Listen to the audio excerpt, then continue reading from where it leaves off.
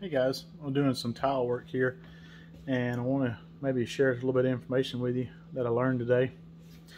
So I'm doing a pattern kind of like this here. It's kind of a square herringbone. Started out doing it like this. We set up a square perimeter inside of our room. I'll show you this here in a little bit. We started running our tile, and when we got to this tile right here, you can see it overhangs. And what these patterns don't account for is they don't account for the grout spacing. So you got 3/16 of an inch grout spacing. So right here we are 9/16 is what we liked being out. And so what we had to do is we had to take this first piece of tile and cut 9/16 off of it, off the side and the end, and then cut 9/16 off of this side right here. And then, get my cursor, we took this whole row right here and slid it down and to the right. And then we took this next pattern section here, we shifted it over and we kept it on the square, the line we've got chalked for square, and we added, the original pattern only showed 3 intermediate cut pieces, and we added a fourth one, which will be a whole piece. So you've got 1/3, 2/3,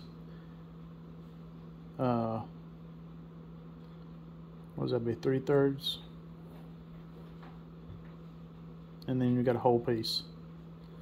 And so we shifted everything over and finally got it to fit, and do the same thing over here. So you got 4 intermediates, and then your pattern starts over again.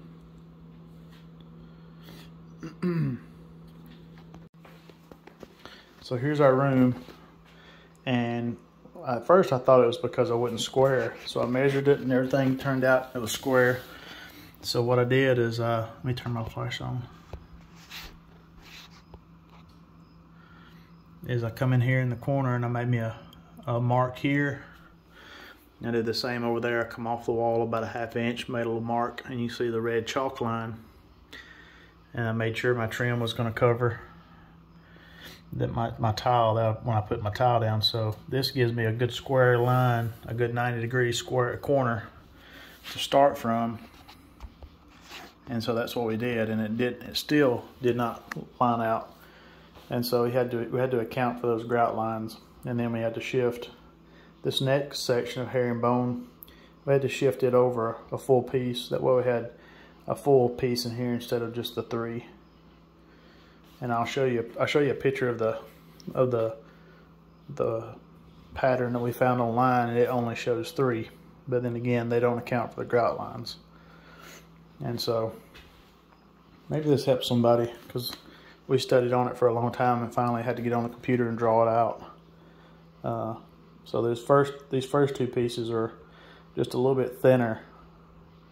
That allowed us to move everything down, and depending on your grout, how thick your grout lines are, that'll tell you how far you need to adjust that first run. Ours were 3/16, and we had to adjust that first run 9/16 on both sides. So we got everything cut, pre-cut, labeled all our cuts on the floor, and so we're gonna start laying some tile tomorrow.